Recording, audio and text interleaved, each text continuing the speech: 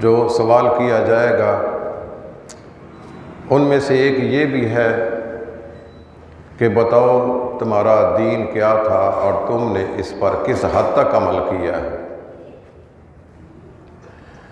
میں نے جو آیت کریمہ پڑھی ہے اس میں ہمارے معاشرے کی خرابی اور اس کے اسباب کو بیان کیا گیا ہے۔ اس میں کوئی شک نہیں ہے، دو رائے نہیں ہے، حالات ہمارے سامنے ہیں کہ ہمارا معاشرہ سنگین حد تک برائی کا شکار ہو چکا ہے اور بدقسمتی سے اس کی روک تھام کے لیے بھی کوئی اقدام نہیں ہے۔ ہم جو علماء ہیں، اہل علم ہیں، ان کے ہاتھ پاؤں بندھے ہوئے ہیں اور اس برائی کو پھیلانے کے لیے حکومتی سطح پر کوئی ایسا اقدام نہیں کیا گیا ہے جو اس کی روک تھام کی جائے، بلکہ جو دین کے محافظ ہیں، رکھوالے ہیں، ان کی زندگی کو تنگ کیا جا رہا ہے اور جو لبرل قسم کے لوگ ہیں، آزاد منش ہیں، اپنی مرضی کرنا چاہتے ہیں، انہیں ہر طرح سے آزادی دی جا رہی ہے۔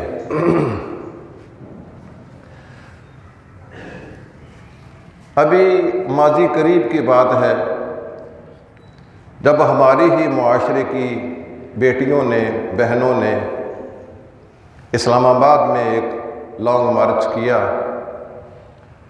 اور اس میں مختلف قسم کے پلے کارڈ اٹھا رکھے تھے۔ وہ کو باہر سے نہیں آئی تھیں، وہ ہمارے ہی معاشرے کی پیداوار تھیں۔ میڈیا پر ان کا خوب چرچا ہوا، بلکہ ہمارا جو میڈیا ہے ایک دجالی میڈیا ہے، اس نے خوب ان کو ہوا دی ہے، پھیلایا ہے۔ ان میں سے ایک جو کارڈ تھا اس پر یہ لکھا ہوا تھا، آپ نے بھی وہ پڑھا ہوگا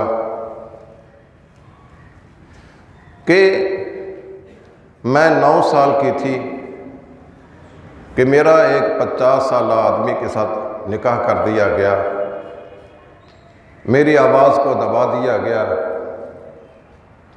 اور اس کی آواز کو آج بھی ممبر و محراب پہ سنا جا سکتا ہے، وہ اس کی آواز اب بھی گونج رہی ہے۔ شاید آپ حضرات نے اس کو معمولی خیال کیا ہوگا کہ یہ عام سی بات ہے، لکھنے والوں نے لکھ دیا ہے، پڑھنے والوں نے پڑھ لیا اور بس۔ اور یقین جانیے ہم اتنے بے بس ہیں کہ اس کے خلاف ہم آواز نہیں اٹھا سکتے ہیں، لیکن ہماری غیرت اور حمیت کا تقاضا یہ ہے کہ اس پر خاموشی اختیار نہ کی جائے۔ جس حد تک ہماری ہمت ہے، جس قدر ہمارا اختیار ہے، ہمارا یہ فرض بنتا ہے کہ ہم اس طرح کی بے حیائی کے طوفان کے سامنے رکاوٹ بنیں۔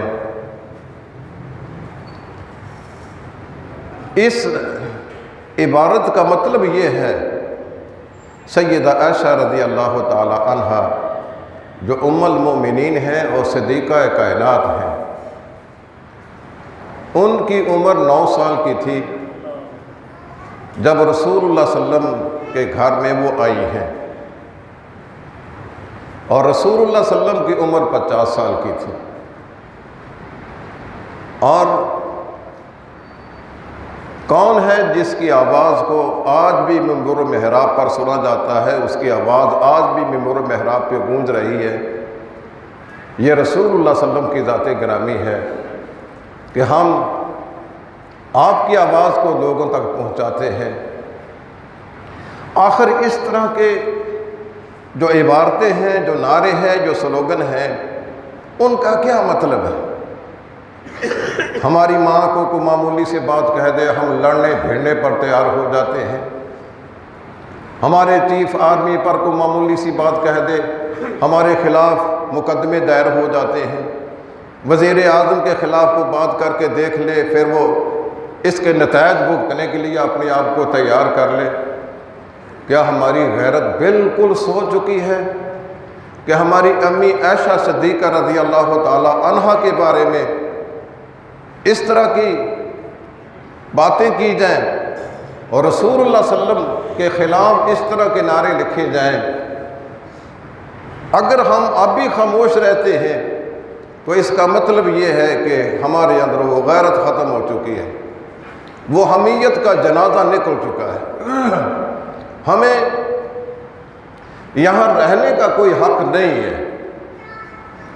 اگر ہم اس کے خلاف کو آواز بھی نہیں اٹھا سکتے ہیں، مانا کہ ہم عملی طور پر کوئی اقدام نہیں کر سکتے ہیں، ہم محاذ آرائی نہیں چاہتے ہیں، ان اداروں کے ساتھ ہم لڑنا بھیڑنا نہیں چاہتے ہیں، لیکن آخر یہ جو بے حیا قسم کی عورتیں ہیں، بے حیا قسم کی خواتین ہیں، آخر ان کو خاموش کرانے والا کوئی نہیں ہے۔ کیا ہمارے گھر میں مائیں بہنیں بہو بیٹیاں نہیں ہیں؟ اگر ہماری بہو بیٹی کے خلاف، اگر ہماری ماں کے خلاف کوئی اس طرح کی آواز کہہ دے، ہم مرنے مارنے پر تیار ہو جاتے ہیں۔ اور صدیقہ کائنات کے خلاف اس طرح کی بکواس، رسول اللہ صلی اللہ علیہ وسلم کے خلاف اس طرح کی باتیں، تو کس طرح ہمارا یہ ایمان ہے کہ ہم اس کو ٹھنڈے پیٹ برداشت کر لیں؟ دراصل یہ حالات ایک ہی دفعہ پیدا نہیں ہو چکے ہیں، اس کو بڑا عرصہ لگا ہے۔ آخر ہم نے اپنے گھروں میں کس طرح کا ماحول رکھا ہے؟ ہماری بیٹیاں، ہمارے بیٹے، ان کا رخ کدھر کو ہو چکا ہے؟ کیا ہمارے سامنے یہ حالات نہیں ہو رہے؟ یہ ہمارے کالجوں میں، یونیورسٹیوں میں جو بے حیائی کے مناظر ہمارے سامنے ہوتے ہیں، اس کے خلاف کیا ایکشن لیا جاتا ہے؟ آخر وہ بھی تو ہمارے ہی بیٹے ہیں، وہ بھی تو ہماری ہی بیٹیاں ہیں۔ ابھی ایک آدمی مجھ سے یہ مسئلہ پوچھ رہا تھا کہ میرا ایک ہی بیٹا ہے، تو وہ یونیورسٹی میں پڑھتا تھا، اور اب وہ کسی لڑکی کے ساتھ اس کی ساز باز ہو گئی ہے، اب وہ بضد ہے کہ میں نے ادھر ہی شادی کرانی ہے۔ تو شرعی طور پر کیا حکم؟ اگر وہ شادی نہیں کرتے ہیں تو وہ لڑکا کوئی بھی اقدام کر سکتا ہے، خودکشی تک بھی نوبت آ سکتی ہے۔ آخر یہ حالات یہ اکثر نہیں بدل گئے، یہ شروع سے لے کر اس حد تک پہنچے ہیں۔ ہماری خاموشی یہ رنگ لائی ہے کہ آج صدیقہ کائنات کے خلاف یہ بکواس بکا جا رہا ہے، رسول اللہ صلی اللہ علیہ وسلم کے خلاف یہ طوفان بدتمیزی اٹھایا جا رہا ہے۔ ہم پہلے فرانس والوں کو کوستے تھے کہ انہوں نے رسول اللہ صلی اللہ علیہ وسلم کے خاکے بنائے ہیں، کہ ہمارے ملک میں کیا کچھ نہیں ہو رہا ہے، کہ حکومت کے ناک کے نیچے سارے کام ہو رہے ہیں، ان کے سامنے سب کچھ کیا جا رہا ہے۔ کسی حکومتی کارندے نے اور کسی افسر نے، کسی پولیس والے نے، کسی فوجی نے اس کا کوئی ایکشن لیا ہو، کوئی بات کی، کوئی نہیں بولا ہے۔ اللہ فرماتے ہیں کہ ظہر الفساد فی البر والبحر بما کسبت ایدی الناس، یہ بر و بحر میں جو فساد برپا ہے، یہ طوفان بدتمیزی جو آیا ہے، یہ یکسر نہیں آ گیا ہے، یہ ہماری ہاتھوں کی کمائی کا نتیجہ ہے۔ ہمارے ہی اعمال بد ہیں جو آپ اس قسم کی عورتوں کی شکل میں سامنے آ رہے ہیں۔ ان کا رجحان یہ ہے کہ یہ جو نکاح ہے نا، اس کو درمیان سے ہٹا دیا جائے، یہ ہم جنس پرستی جو ہے اس کو رواج دیا جائے، جس کا دل چاہے، جس کے ساتھ چاہے وہ اپنی ہوس مٹا سکے۔ یہ کیا ہوا کہ نکاح کی پابندیاں ہم پر آئے دیں، اور یہ لوگ وہی مغربی تہذیب جہاں نہ کسی کو اپنے باپ کا علم ہے نہ کسی کو اپنی ماں کا علم ہے، وہ جس طرح چاہے اپنی ہوس اور جس کو چاہے اپنی ہوس کا نشانہ بنا لیں، اب اسی طرح کا ماحول یہاں پاکستان میں بنایا جا رہا ہے۔ حالانکہ یہ پاکستان، اس کی بنیاد کوئی جغرافیائی نہیں تھی، صرف لا الہ الا اللہ اس پر اس کی بنیاد رکھی گئی کہ لا الہ الا اللہ کے تقاضے یہ ہیں جو ہمارے سامنے آ رہے ہیں۔ رسول اللہ صلی اللہ علیہ وسلم فرماتے ہیں کہ جس قوم میں ربا، سود کی مرض عام ہو جائے، والزنا، بدکاری عام ہو جائے، اذن اللہ بِاہلہا، کیا اللہ اس بستی کو، اس ملک کو اجازت دیتے ہیں کہ یہ ہلاک ہو جائے، تباہ و برباد ہو جائے۔ ہمارے اندر نہ ربا، سود کی بیماری ختم ہوئی ہے اور نہ بدکاری کی بیماری ختم ہوئی ہے، بلکہ یہ دونوں پورے زور کے ساتھ جاری و ساری ہے۔ بلکہ معاملہ تو اس حد تک پہنچ گیا ہے، اس زہر کی گولی کو شہد میں لپیٹ کر کھلایا جا رہا ہے، اور یہ سود کھلانے کے لیے ہمارے سامنے کئی نئی نئی شکلیں آ رہی ہیں، اور اس کو اسلام کے نام پر یہ سود کھلایا جا رہا ہے، سود دیا جا رہا ہے۔ یہ جتنے بھی اسلامی بینک ہیں، یہ میزان بینک ہے، یہ فلاں بینک ہے، اس میں یہ اسلام کے مطابق یہ کام ہو رہا ہے، یہ مضاربہ ہے، یہ مشارکہ ہے، اور ہم وہاں اپنا پیسہ جمع کراتے ہیں۔ سسٹم سارا وہی ہے پہلے والا، اس میں کوئی تبدیلی نہیں ہے، لیکن اسلام کا لیبل لگا کر ہمیں سود کھلایا جا رہا ہے۔ اسی طرح بدکاری کا یہی معاملہ ہے، بے حیائی کا بھی یہی معاملہ ہے کہ ہم بے بس ہو چکے ہیں۔ ہمارا معاشرہ اس ہلاکت کی آخری گڑی تک چلا گیا ہے، ہمارے گھروں میں بے حیائی کا طوفان آ چکا ہے۔ یہ جو میڈیا ہے، پرنٹ میڈیا ہے، اور اسی طرح یہ جو موبائل ہے، یہ جو نیٹ ہے، اس پر جو بے حیائی اور اسی طرح بدتمیزی اور بدکاری، اس کے جو مناظر ہمیں دکھائے جا رہے ہیں، تو اس کا نتیجہ یہی نکلے گا کہ ہماری بیٹیاں ہم سے باغی ہو جائیں گی، ہمارے بیٹے ہم سے باغی ہو جائیں گے۔ اب ہمیں ان کے رشتوں کی کوئی فکر نہیں ہوگی، یہ خود ہی اپنے رشتے تلاش کریں گے اور خود ہی اپنے جوڑے بڑھتے جائیں گے۔ نوبت یہاں تک پہنچ چکی ہے۔ اب ہمیں کیا کرنا ہے؟ اس بے بس معاشرے کے سامنے، اس منہ زور گھوڑے کے سامنے ہم نے ان کو کیسے لگام دینی ہے؟ اب نہ ہم اپنے ہاتھوں کو استعمال کر سکتے ہیں اور نہ ہی کھول کے اپنی زبان کو استعمال کر سکتے ہیں۔ ایک سہارا ہے میرے اللہ رب العزت کا۔ اللہ یہ کہتے ہیں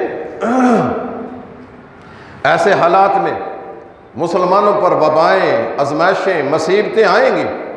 کیوں آئیں گی؟ لِيُذِيقَهُمْ بَعْضَ الَّذِي عَمِلُوا، تاکہ اللہ ان کو اپنے ہاتھوں کے کردار کا مزہ چکھا دے۔ اور ایک جگہ پہ اللہ نے فرمایا کہ معاشرے میں جو خرابی آتی ہے، جو مصیبت آتی ہے، اللہ تعالیٰ اس مصیبت کا کچھ حصہ وہ تمہیں اس کا مزہ چکھاتے ہیں۔ وَيَعْفُو عَنْ كَثِيرٍ، بے شمار چیزوں سے درگزر بھی کر لیتے ہیں، تھوڑا سا تمہیں مزہ چکھاتے ہیں۔ اور مقصد کیا ہے مزہ چکھانے کا؟ لعلہم یرجعون، تاکہ یہ لوگ اب بھی واپس آ جائیں، اب بھی لوٹ آئے۔ آخر کا مچھلی جو ہوتی ہے وہ سمندر کا، دریا کا کنارہ دیکھ کر واپس آ جاتی ہے۔ ہم کب یہ کنارہ دیکھیں گے؟ ہماری واپسی کب ہوگی؟ اللہ تو یہ فرماتے ہیں لِيُذِيقَهُمْ بَعْضَ الَّذِي عَمِلُوا لَعَلَّهُمْ يَرْجِعُونَ، تاکہ اللہ ان کو تھوڑا سا مزہ چکھا دے۔ اور دوسری جگہ پہ فرمایا وَلَنُذِيقَنَّهُمْ مِنَ الْعَذَابِ الْأَدْنَىٰ دُونَ الْعَذَابِ الْأَكْبَرِ، یہ چھوٹی چھوٹی بلائیں، چھوٹی چھوٹی مصیبتیں، یہ چھوٹے چھوٹے عذاب جو مختلف شکلوں میں ہم پر آتے ہیں، کیوں آتے ہیں؟ فرمایا کہ یہ چھوٹے چھوٹے عذاب اس عذاب اکبر سے پہلے، عذاب اکبر قیامت کا عذاب ہے، اس عذاب اکبر سے پہلے اللہ تعالیٰ یہ چھوٹے چھوٹے عذاب معمولی معمولی مصیبتیں جو معمولی اللہ کے اعتبار سے ہمارے لحاظ سے یہ معمولی نہیں ہے، اس کا مقصد بھی یہ ہے یہ میرے بندے اب بھی واپس آ جائیں، لوٹ آئیں، اپنے ملجا ماوا کو پہچان لیں کہ ہمارا رخ کدھر کو ہونا ہے، ہمارا قبلہ کون سا ہے جدھر کو ہم نے منہ کرنا ہے، لعلہم یرجعون، تاکہ یہ لوٹ آئیں۔ تو ایک تو ہم نے اپنے آپ کو صحیح رکھنا ہے، اپنے آپ کا بچاؤ کرنا ہے، اپنے آپ کی اصلاح کرنی ہے۔ ہم کم از کم اور نہیں اپنا تو بچاؤ کر لیں، اپنی تو فکر کریں۔ یا ایھا الذین آمنوا علیکم انفسکم، اپنا بچاؤ۔ ہم اپنا بھی بچاؤ نہیں کرتے ہیں اور اپنے بچوں کا بچاؤ بھی نہیں کرتے ہیں۔ اپنا بچاؤ کیجئے، جہاں تک ہمارا بس چلتا ہے اپنے آپ پر تو لاگو کیجئے یہ پابندیاں جو اللہ کے دین کی ہیں۔ کوئی نماز کی پابندی کریں، اللہ کے قرآن کی تلاوت کی پابندی کریں، گھر میں اسلامی ماحول کی کوشش کریں، ان بچوں کو دینی کتابیں، سیرت کی کتابیں، امہات المومنین کی سیرت کی کتابیں پڑھنے کے لیے دیں۔ کبھی آپ نے سوچا کہ ان بچوں کی الماری میں کس قسم کی کتابیں رکھی ہوئی ہیں، یہ کس قسم کے ناول پڑھتے ہیں، یہ کس قسم کے ڈائجسٹ پڑھتے ہیں، ان کے تکیے کے نیچے کیا کچھ پڑا ہوتا ہے۔ آج تو یہ کتابیں پڑھنے کی ضرورت بھی نہیں ہے، یہ PDF آ چکی ہے اور اس کے ذریعے گندی فحش قسم کی کتابیں ہمارے موبائلوں میں پڑی ہوئی ہیں، بلکہ کتابیں بھی نہیں ہیں، فحش قسم کے مناظر ہمارے موبائلوں میں پڑے ہوئے ہیں، وہ گندے قسم کی ویڈیو فلمیں ہمارے موبائلوں میں پڑی ہوئی ہیں۔ تو پھر ہم ایسے حالات میں امید رکھیں تو کس بنیاد پر امید رکھیں؟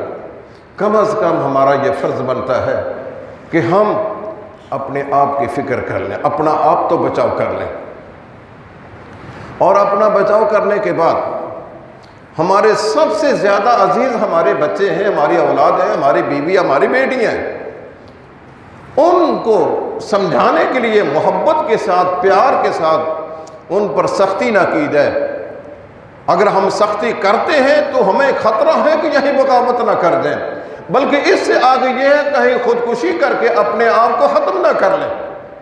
نہایت پیار کے ساتھ، محبت کے ساتھ ان کو یہ بات سمجھائی جائے کہ ہمارا ایک رب ہے جو آسمانوں پہ رہتا ہے، اس رب نے ہماری تعلیم و تربیت کے لیے اپنے پیغمبر کو بھیجا ہے، اس کی تعلیمات یہ ہیں، یہ ہیں، یہ ہیں۔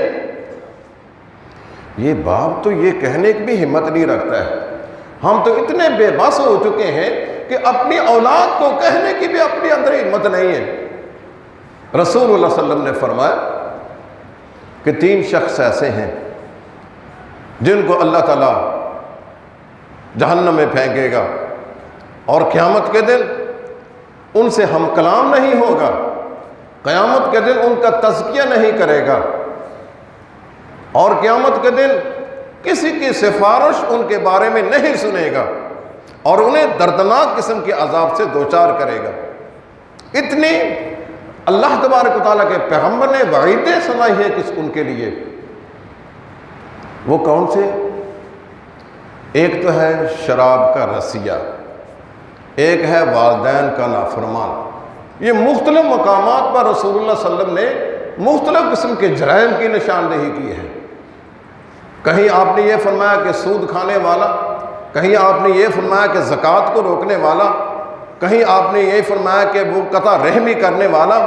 یہ جو میں نے حدیث، اس میں یہ ہے کہ وہ والدین کا نافرمان اور شراب کا رسیہ، اور ایک ہے دیوس۔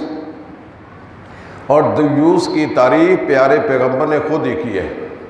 وہ دیوس کی تعریف یہ ہے، وہ آدمی، وہ باپ، وہ بھائی، وہ خاوند جو اپنے گھر میں گندگی دیکھتا ہے، بے حیائی دیکھتا ہے، بد کرداری دیکھتا ہے، فحاشی دیکھتا ہے، عریانی دیکھتا ہے، پھر الذی یری الخبث فی اہلہ، خباثت کو، گندگی کو، بے حیائی کو، عریانی کو اپنے گھر میں دیکھتا ہے اور کچھ کہنے کی ہمت نہیں پاتا ہے۔ وہ گنگا شیطان بن کر اس کو برداشت کرتا ہے، وہ کچھ نہیں کہتا ہے، نہ اپنی بیٹی کو کچھ کہے، نہ اپنے بیٹے کو کچھ کہے، خاوند بیوی کے آگے بے بس ہے، وہ کہنے کی ہمت ہی نہیں کرتا ہے۔ وہ گویا کہ جو دینی غیرت تھی نا وہ کھرچ کھرچ کر دل سے ختم ہو چکی ہے۔ تو ہمارا تو جو فرض ہے وہ یہی ہے، کم از کم دل سے اس برائی کے متعلق بغض رکھیں، عداوت رکھیں، نفرت رکھیں، اور جتنا ہمارا بس بنتا ہے وہ کہنے کی حد تک تو کہتے رہیں۔ عملی طور پر اگر ہم نہیں کچھ کر سکتے ہیں تو زبان سے تو کہہ دیں، تو زبان سے کہنے کی ہمت بھی ہمارے اندر نہیں ہے اور دل کے اندر نفرت بھی نہیں ہے۔ جب یہ تو ایمان کا گھٹیا ترین درجہ ہے کہ انسان برائی کو دیکھ کر نہ ہاتھ سے روکنے کی ہمت پائے، نہ زبان سے کہنے کی ہمت پائے، بلکہ صرف زبانی بلکہ دل کے اندر نفرت رکھے، یہ ایمان کا بالکل گھٹیا ترین درجہ ہے۔ ہمارے اندر یہ ایمان کا گھٹیا ترین درجہ بھی نہیں ہے کہ ہم گھر کے اندر برائی کو دیکھ کر کم از کم دل کے اندر ہی گڑتے رہیں، دل کے اندر ہی انسان منفی جذبات رکھے، نفرت رکھے، یہ بھی نہیں۔ تو ہمارا یہ فرض ہے کہ ہم اپنی اصلاح کر لیں اور اپنی حد تک یا ایھا الذین آمنوا قوا انفسکم واہلیکم نارا، یہ ہمارا فرض ہے۔ جس طرح کھانا پینا پہننا رہنا یہ ہمارا فرض ہے، ہماری ذمہ داری ہے، اپنے لیے اپنے بچوں کے لیے کھانے کا انتظام کریں، پہننے کا انتظام کریں، رہنے کا انتظام کریں، ضروریات مہیا کریں۔ اس سے کہیں زیادہ فرض یہ ہے کہ ان کو جہنم کی آگ سے بچانے کی فکر کریں۔ یا ایھا الذین آمنوا قوا انفسکم واہلیکم نارا، اے ایمانداروں اپنے آپ کو اور اپنے اہل و عیال کو اس آگ سے بچانے کی فکر کرو، وقودھا الناس والحجارہ، جس آگ کو بھڑکانے کے لیے لوگوں کو ڈالا جائے گا اور گندک کے پتھر ڈالے جائیں گے۔ اور دوسرا کام جو ہمارے کرنے کا ہے وہ اپنے رب سے رشتہ جوڑ لیں، اپنے رب سے دعائیں مانگیں۔ دعا بہت بڑا ہتھیار ہے۔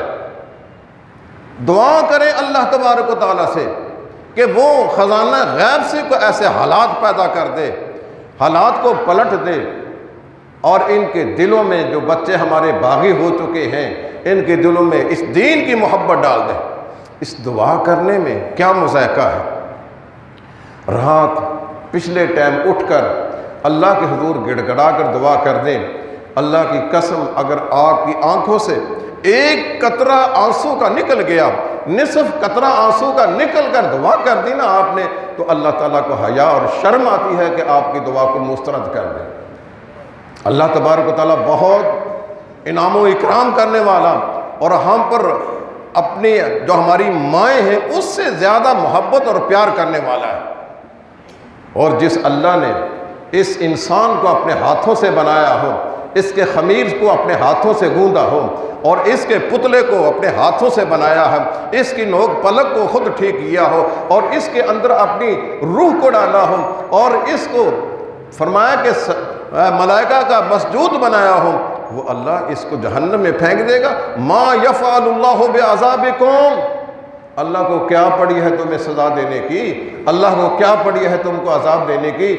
ان شکرتم و آمنتم، اگر تم اللہ کے شکر گزار بن جاؤ گے، اللہ تعالیٰ کے ہاں ایمان لے آؤ گے، اللہ کو کیا پڑی تمہیں خام کا سزا دے۔ اللہ سے رابطہ کیجیے، اللہ سے تعلق پیدا کیجیے، اللہ کے حضور گڑ گڑا کر دعائیں مانگیے۔ ہمارے ہاں اولاد نہ ہو، ہمارے بیٹے کے ہاں اولاد نہ ہو، ہماری بیٹی کے ہاں اولاد نہ، ہمیں فکر ہوتی ہے۔ بیٹی کی شادی کرنے کے بعد سال 2 سال 3 سال گزر جائیں، بچی کی اولاد نہ ہو، ہمیں فکر ہوتی ہے کہیں ہماری بچی کو اولاد نہ ہونے کی وجہ سے طلاق نہ ہو جائے۔ ہم بھاگتے ہیں، ہم جاتے ہیں ڈاکٹروں کے پاس جاتے ہیں علاج کے لیے، اور اسی طرح دم جھاڑے کرنے والوں کے پاس جاتے ہیں تعویذات لینے کے لیے، ہماری بچے کے ہاں اس کی گود ہری ہو جائے، بچہ پیدا ہو جائے۔ اس کے لیے ہماری کوششیں ہوتی ہیں، اور یہ بچہ جہنم کے کنارے پر پہنچ جائے، اور اس کنارے سے بچانے کے لیے ہم اللہ کا دروازہ نہ کھٹکھٹائیں، ہماری کتنی بدنصیبی ہوگی۔ اللہ کو کہیں اللہ اصلح لی فی ذریتی، اللہ میری اولاد کو صحیح کر دے۔ یہ قرآن کریم کی دعا ہے، رب اوزعنی ان اشکر نعمتک التی انعمت علی وعلی والدی، اے اللہ مجھے توفیق دے کہ میں تیرا شکر گزار بندہ بن جاؤں۔ نعمتک التی انعمت علی، جو تو نے مجھ پر انعام کیا ہے، جو میرے والدین پر انعام کیا ہے، وَأَنْ أَعْمَلَ صَالِحًا تَرْضَاهُ، اور میں وہ نیک عمل کروں جس سے تو راضی ہو جائے۔ وَأَصْلِحْ لِي فِي ذُرِّيَّتِي، اللہ میرے بچوں کو صحیح کر دے۔ اِنِّی تُبْتُ إِلَيْکَ، اللہ میں تیری طرف رجوع کرتا ہوں اور میں تیرا شکر گزار بندہ۔ یہ دعا مانگے، یہ تو اللہ نے قرآن کریم میں دعا سکھلائی ہے اپنے بچوں کی اصلاح کے لیے، اپنی اصلاح کے لیے۔ اور یہ بھی اللہ کی قرآن کریم کی دعا ہے، ربنا ہب لنا من ازواجنا وذریاتنا قرۃ اعین، اے اللہ ہمیں ایسی بیویاں عطا فرما، اے اللہ ہمیں ایسی اولاد عطا فرما، قرۃ اعین، جو ہماری آنکھوں کی ٹھنڈک بن جائے، ہماری آنکھوں کی ٹھنڈک بن جائے۔ یہ جو اولاد کا کردار ہے، یہ کوئی آنکھوں کی ٹھنڈک بننے کا سامان مہیا نہیں کی جا رہا ہے۔ بھلا یہ بدلاؤ تم، ہم اپنے آپ کو بڑا پارسا سمجھتے ہیں، ہم صف اول کے نمازی ہیں، اور ہم دین پر عمل کرنے کے بڑے دعوے دار ہیں، اور ہمیں اللہ جنت میں بھیج دے، اور اسی طرح یہ ہماری خوبرو قسم کی بیوی کو جہنم میں بھیج دے، اور ناز و نخر سے پلنے والے بچوں کو جہنم میں بھیج دے، تو ہماری آنکھوں کو ٹھنڈک کیا ملے گی؟ کیا ہمارا جنت میں جانا کس کام آئے گا؟ آپ بھی جنت میں جانے کی فکر کریں، اپنی بیوی اور بچوں کو بھی جنت میں لے جانے کی فکر کریں، اور یہ سمجھ لیں آپ اللہ کا نظام بھی بڑا عجیب و غریب ہے۔ اللہ فرماتے ہیں ضرب اللہ مثلا للذین کفروا امرأۃ نوح وامرأۃ لوط، اللہ تعالیٰ نے مثال بیان کی ہے کافروں کے لیے۔ وہ نوح کی بیوی ہے، وہ لوط کی بیوی ہے، لیکن نہ لوط نے کسی قسم کی کمی کی ہے بیوی کو سمجھانے کے لیے، نہ نوح علیہ السلام نے کسی قسم کی بیوی کو سمجھانے کے لیے کوئی کمی کی ہے، لیکن کوشش کے باوجود فرمایا کہ ضرب اللہ مثلا للذین کفروا امرأۃ نوح وامرأۃ کانتا تحت عبدین صالحین، یہ نیک بندوں کی بیویاں تھیں، نیک بندوں کی بیویاں، فخانتاہما، گھر میں رہتے ہوئے خیانت کی انہوں نے، گھر میں رہتے ہوئے ان کی تعلیمات کا انکار کیا، گھر میں رہتے ہوئے اللہ کی نافرمانی کی۔ نوح کا نبی ہونا ان کے کام نہ آ سکا، لوط کا نبی ہونا اس کے کام نہ آ سکا، فلم یغنیا عنہما من اللہ شیئا، اللہ تعالیٰ کی طرف سے ان کو کوئی فائدہ نہیں پہنچا کہ ہم نبی کی بیویاں ہیں۔ وکیل لدخلوا النار مع الداخلین، اور اللہ اعلان جاؤ جہنم میں داخل ہونے والوں کے ساتھ تم بھی چلی جاؤ۔ جو ہمارا فرض ہے وہ ہم ادا کریں، اور اس کا فائدہ یہ ہوگا، ہمیں تو قیامت کے دن اللہ نہیں پوچھے گا نا کہ تم نے ان کو کہا کیوں نہیں ہے، آگے تمہاری بات کا ان پر اثر ہوتا ہے یا نہیں اثر ہوتا ہے، یہ ہمارے پاس کی بات نہیں۔ میرا کام کہنا ہے، درد دل سے کہنا ہے، دل کی گہرائی سے کہنا ہے، میری زبان میں اثر پیدا کرنا یہ میرے اللہ کا کام ہے۔ آپ کہیں، اللہ کو کہیں اللہ ان کی اصلاح فرما دے، اور ان کو کہیں اپنی اصلاح کرو۔ ہمارا جو فرض بنتا ہے وہ تو ہم ادا کریں، ہم اس کی ادائیگی کے لیے بھی تیار نہیں، تو ہمارا یہ فرض ہے کہ ہم اللہ سے رابطہ کریں، اللہ کا دروازہ کھٹکھٹائیں۔ اللہ تو مقلب القلوب، دلوں کو پھیرنے والا ہے۔ رسول اللہ صلی اللہ علیہ وسلم کی اکثر دعا یہ ہوا کرتی تھی، یا مقلب القلوب ثبت قلبی علی دینک، اے دلوں کو پھیرنے والے میرے دل کو اس دین پر ثابت رکھ۔ یا مصرف القلوب، اے دلوں کو گیڑا دینے والے، صرف قلبی الی طاعتک، میرے دل کو اپنی اطاعت کی طرف موڑ دے۔ دل میرے اللہ کے ہاتھ میں ہے، دل اس کے قبضے میں ہے۔ اللہ تبارک و تعالیٰ کو کہتے رہیں تو اللہ تبارک و تعالیٰ آپ کے بیٹوں، آپ کی بیٹیوں، آپ کی بیوی، گھر کے افراد کے دلوں کو سیدھا کر دے۔ اللہ سے کہیں، ناامید نہ ہوں، نا امیدی مایوسی کفر ہے، لا یأسوا من رحمت اللہ الا القوم الکافرون، اللہ کی رحمت سے وہ لوگ نا امید ہوتے ہیں جو کفر پیشہ ہوتے ہیں۔ ہم مسلمان ہیں، اللہ کی رحمت سے ہمیں امید ہے کہ ہم کہتے رہیں، اللہ تعالیٰ ایک دن ہماری زبان میں اثر پیدا کر دے، ایک دن ایسا آئے کہ ان کے دل آ جائیں، مڑ جائیں، تاکہ اس قرآن کریم کے ضابطے کے مطابق عمل بھی ہو جائے۔ اس لیے میرے بھائیو، یہ طوفان بدتمیزی جو ہمارے سامنے اٹھا ہوا ہے، ہم مجبور اور بے بس ہیں۔ اگر ہم اس کے سامنے کچھ بند نہیں باندھ سکتے ہیں، کم از کم جو ہمارے بس کی بات ہے وہ تو ادا کرتے رہیں، اپنی اصلاح کریں، اور اپنی اصلاح کے ساتھ ساتھ اللہ سے رابطہ کریں، اللہ کو کہیں یا اللہ میرے جو بس کی بات تھی وہ میں نے کر دی ہے، آگے تیرا جو اختیار ہے تم نے وہ کرنا ہے۔ دیکھیں اللہ کے نبی کی کتنی پیاری دعا ہے، اللہم مغفرتک اوسع من ذنوبنا، اللہ تیری بخشش ہمارے گناہوں سے کہیں زیادہ وسیع ہے، ورحمتک ارجی من اعمالنا، اور تیری رحمت کی امید ہمارے اعمال سے کہیں زیادہ ہے، فَفْعَلْ بِنَا مَا أَنْتَ أَهْلُهُ، یا اللہ ہمارے ساتھ وہ برتاؤ کرنا جو تیری شان کے لائق ہے، وَلَا تَفْعَلْ بِنَا مَا نَحْنُ أَهْلُهُ، اور ہمارے ساتھ وہ برتاؤ نہ کرنا جس کے ہم لائق ہیں۔ کتنی پیاری دعا، یہ دعائیں اللہ سے کریں، شب خیزی کے وقت کریں، سحری کے وقت کریں، جب اللہ آسمان اول پر آ کر ندائیں لگاتا ہے، یا فرمایا کہ حل من مستغفرین حل من مسترزقین، کون ہے جو رزق کا طالب ہے، کون ہے جو بخشش کا طالب ہے، کون ہے جو اصلاح احوال کا طالب ہے، ان کے حالات کو ٹھیک کر دوں، ان کو بخش دوں، ان کو رزق کی فراوانی۔ یہ تو اللہ خود آ کر آوازیں دیتا ہے، ہم سوئے پڑے ہیں، خراٹے لے رہے ہیں، اور اللہ تعالیٰ کی اس آوازوں کی ہمیں کوئی پرواہ ہی نہیں ہے۔ اللہ تعالیٰ سے دعا کیجئے کہ اللہ ہمارے حالات کو درست کر دے، ہمارے بچوں کو درست کر دے، ہمارے گھر کے حالات کو صحیح کر دے، اور ہمیں ان کاموں کی توفیق عطا فرمائے جس پر وہ راضی ہے۔ اللہ ہمیں عمل کی توفیق عطا فرمائے۔ وَأَقُولُ قَوْلِي هَذَا وَآخِرُ دَعْوَانَا الْحَمْدُ لِلَّهِ رَبِّ الْعَالَمِينَ۔